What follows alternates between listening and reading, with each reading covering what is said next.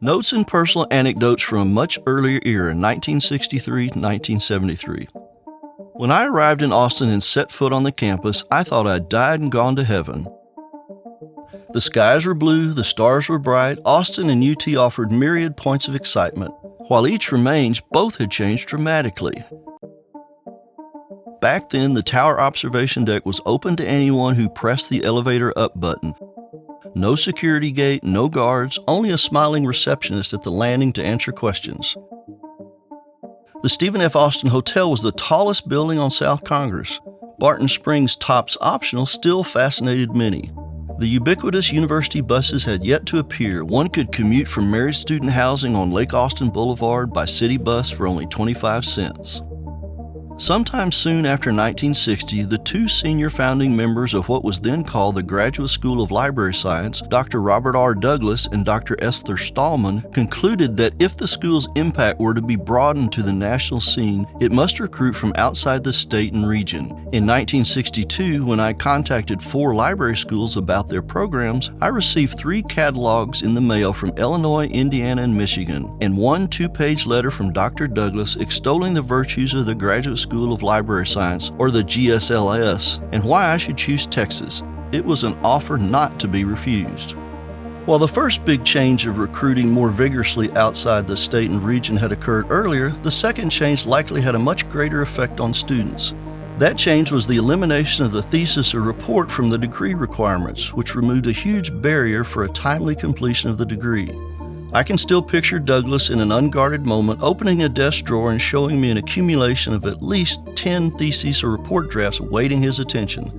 That Douglas handed me my report topic as well as hastened its completion was one of the 2 huge boosts that he gave me. The second one was maybe even more momentous.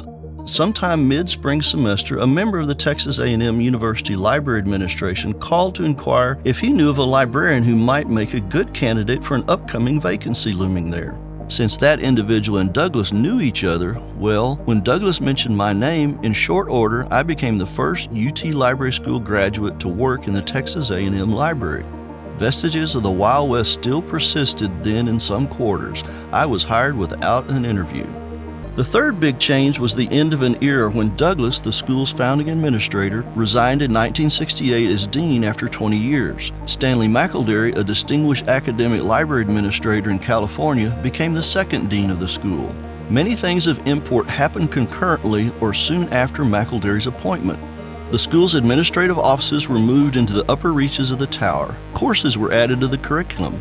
After McElderry's appointment came appointments for Professors Glenn Harmon, Glenn Sparks, Sam Whitten, and Billy Grace Herring, which nearly doubled the size of the permanent faculty. With these new appointments followed new courses in their specialties. The fourth change, which also altered the course of my life, was the addition of the PhD program to the school's offering. In the fall of 1969, the school opened its PhD program and accepted me as the first of its future candidates for the new doctoral degree. I joined 2 recent MLS candidates whose interests reflected the broadened horizons of the school. Each was, in reality, an information scientist rather than a librarian by professional interest.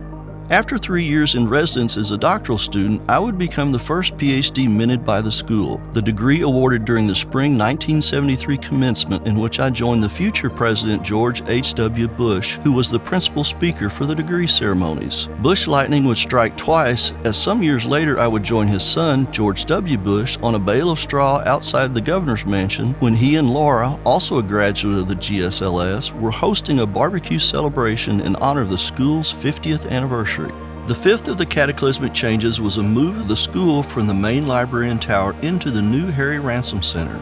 It may stretch one's imagination today as one visits HRC to recall that the GSLS was once in possession of the entire second floor of the building. Any one of these 5 changes could be expanded into a major presentation or review. That they were the foundations of the iSchool today is inarguable. What is harder to fathom is how much impact each had on what the iSchool is today. Is it any wonder that I look back on my years in the Graduate School of Library Science with such affection that words escape me?